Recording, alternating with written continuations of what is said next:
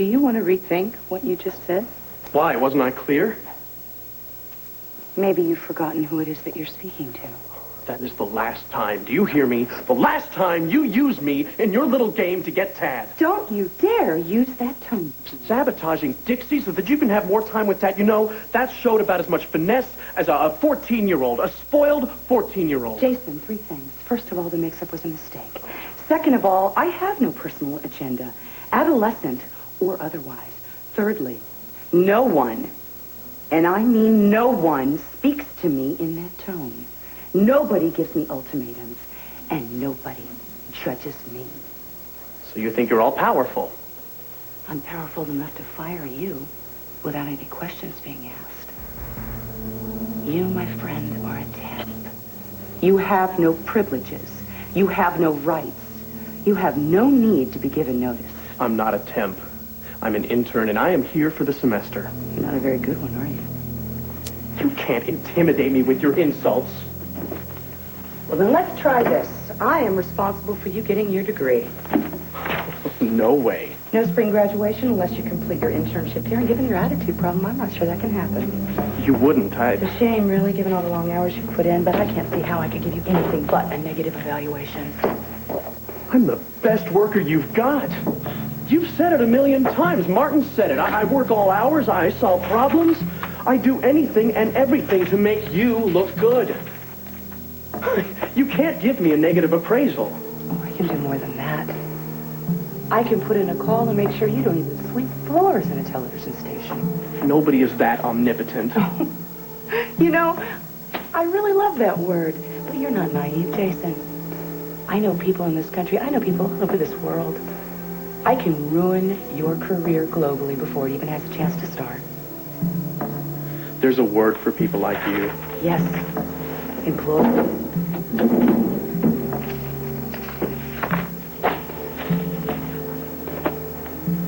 I cracked. I'm sorry.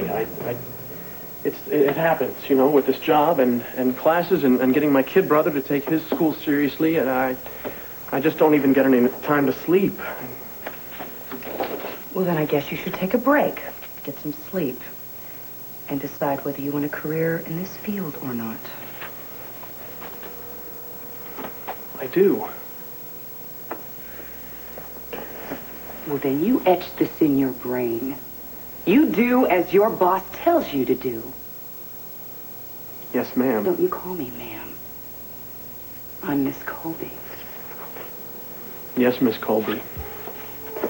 One other thing. Don't ever use my phone for personal phone calls. There's a payphone in the hall for employees at your level.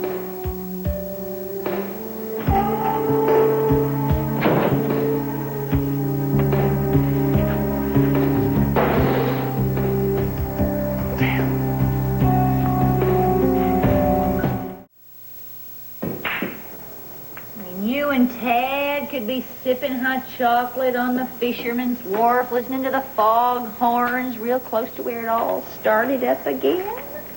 You're just making things worse, Opal. Well, I'm sorry, sweetie, but picture it. You and Tad in the town where Tony Bennett left his heart. It'd be so perfect. You'd be eating all that scrumptious food and looking out at the Golden Gate Bridge. Then you hop in a car and take a little spin up to the wine country. Relive that romantic reunion in Napa. That's like a dream. Now, what is it that cricket is always crooning? A dream is a wish that your heart makes. Come on. You could go out there and spring a second honeymoon on our Tad. That's where your heart really is. Admit it. You two could just share the most special kind of deja vu. All over again. Come on, do it. I'll look after Adam Jr. Oh, thanks, Opal, but I just can't. Well, why not? There's flights every whipstitch. No, I can't leave Junior. Well, he'll survive. Little boys are tough. Little boys think they're tough until they need their mommies and they get hurt. No, it's fine. It's really for the best that I missed that flight. How did that happen anyway? Oh, Jason gave me the wrong time. Jason gave you the wrong time. Actually, I think Liza's the one that gave it to me. Yeah, why did I just feel that coming? Well, I mean, it could have been an honest mistake. Then again, there was the earring incident. Yeah, Liza Colby doesn't make mistakes. You wouldn't think so. Yeah, she counts on a lot of people not thinking. Oh, I'm sorry. I shouldn't have said anything. I upset you. Oh, no. It's just fun. I just rued the day that wretched witch found her way into town, that's all. Excuse me, Mrs. Martin. Mr. Sheffield. Thank you. Hi, Jason. What are you doing here so late? Oh, Tad left his overcoat at the studio. Oh, well, howdy, Jason. Oh, Mrs. Cortland? You want some Christmas cookies? I just made some. No, thanks. Just by the way, did Liza go out west, or is she still here in Pine Valley? Oh, she's here. What a surprise. Mr. Chandler made it quite clear that he wanted her to be here. I never thought I'd say this, but thank God for Adam Chandler. Amen. Does your boss tend to burn the midnight oil? Almost every night. Why do you want to know that? Writing a book on work habits. See ya. That was odd. Is this a bad time? I mean, should I have phoned? Oh, come on. Aren't we past that? Yeah, that's so good to hear. Why, rough day? Oh, you don't know. Oh, I have an inkling. You only work for one of the last slave drivers of the Western world. I'm alternating between burnout and self-immolation. And Liza Colby certainly likes to fan the flames a little higher. She's only one of the stress factors doing that to me. Oh, poor Jason. There's a lot going on inside, isn't there?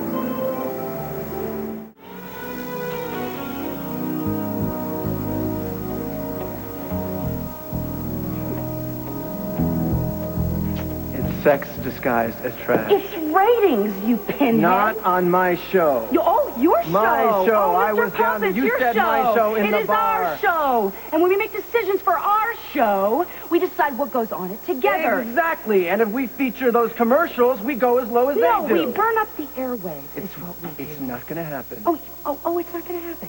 Yes, it is going to happen. You know why it's going to happen? Because it's what I want. And I always get what I want. What? We're not arguing about this trash, are we?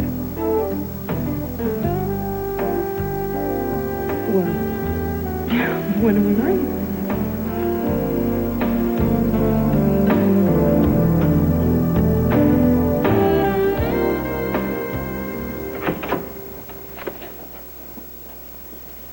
Visions of sugar plums or hatching new plots? Opal Gardner. Opal Cortland to you. Oh, that's right. I forgot. You're moving up in the world. Yeah, whereas you're still the same vicious little tramp you always was. Were. Well, too bad you stopped by here. Tad's out of town. Oh, I know all about my son's business trip. Oh, he still runs his things by his mama. Well, in close families, folks let each other know what they're doing. Oh, you mean in dysfunctional matriarchal dictatorships?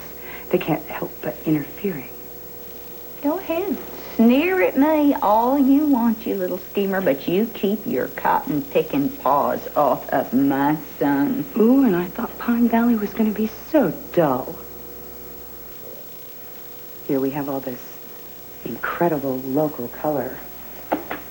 Hillbilly mamas in their dime store makeup and their tacky wardrobe, walking around fixing things that aren't even broke. The only thing missing is double-barreled old Betsy. Yeah, well, the tucked up only thing underneath you're your missing armpit. is your witching hate Mama Mary and helping you out, huh? The two nympho twins are riding high again. Is that it? Well, I'm here to tell you and your deviant mama that if you so much as dare to breathe in the direction of the happiest couple in Pine Valley, you're going to live to regret it. This is unbelievable. Opal Gardner, wife of psycho killer Ray Gardner, lecturing me on ethics. Well, somebody's got to do it, honey. Lord knows you were twisted from the cradle up by that murdering, sex-starved mother of yours. Oh, really? And your pedigree is so spotless. Married to a rapist, bomb-throwing pervert? Wasn't there some cowboy that died in your bed? Oh, come on.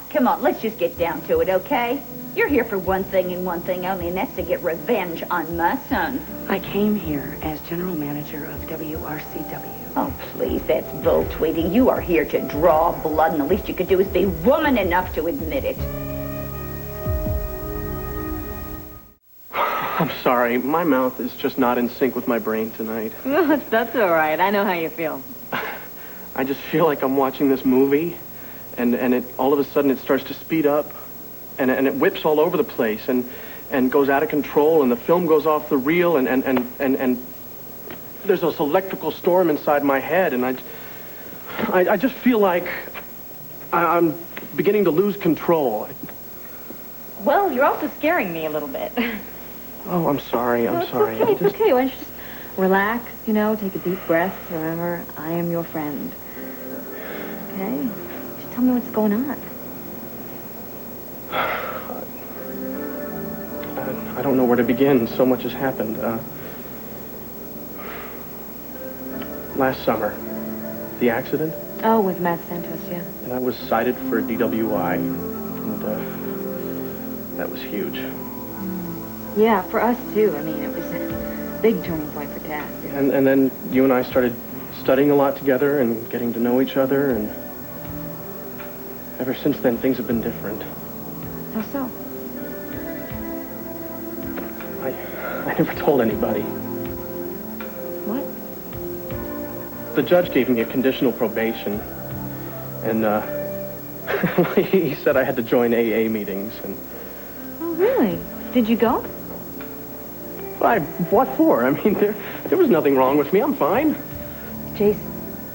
All right, I went a couple of times, but, those people, they're so whacked out. I mean, total booze hounds. I mean, drinking before breakfast, sneaking shots at work, that's not me. I can't relate. So you stopped going? I don't have these mad needs for it. Except... What?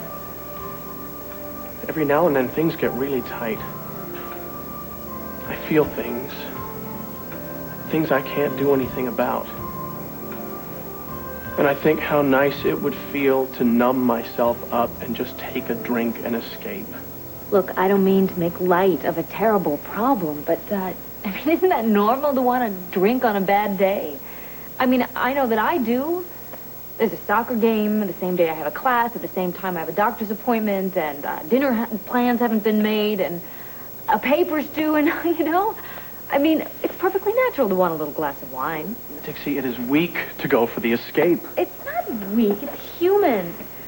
I mean, you either escape or you explode. I'm not advocating drinking as an escape. I mean, try exercising or something, but you gotta do something to vent. Other than getting toasted and jumping into a car. Well, that was wrong. And you know that. But it happened, and it's not gonna happen again. Come on, you should take it easy. Don't you know what a good, decent guy you are? Dixie, I don't want to keep holding things in anymore. I just want to let it all out. Everything I feel. Well, good. Do it. Yeah, maybe I will. Maybe it's time. All right. So you won't own up to your skunk-like activities, but I am telling you that you had better nip it in the bud, Missy, this tawdry play for my son before somebody gets hurt, and I'm not talking about Tad or Dixie. Oh, you're going to plug me with your musket? Why do you have to stir it up for decent folks? Don't you know that there are kids involved here? Innocent children. How touching, you putting the grandbabies first. You bitter, conniving little harpy. What do you want from me? Is this what you want? You want to undermine a business relationship with your son? I guess I shouldn't have expected any less.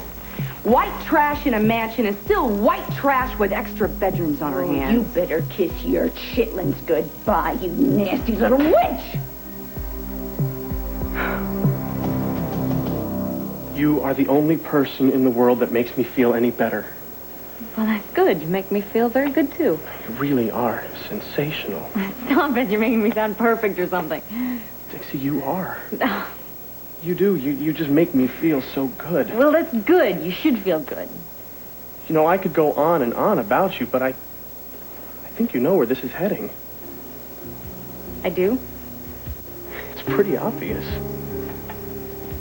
What? The way I feel about you.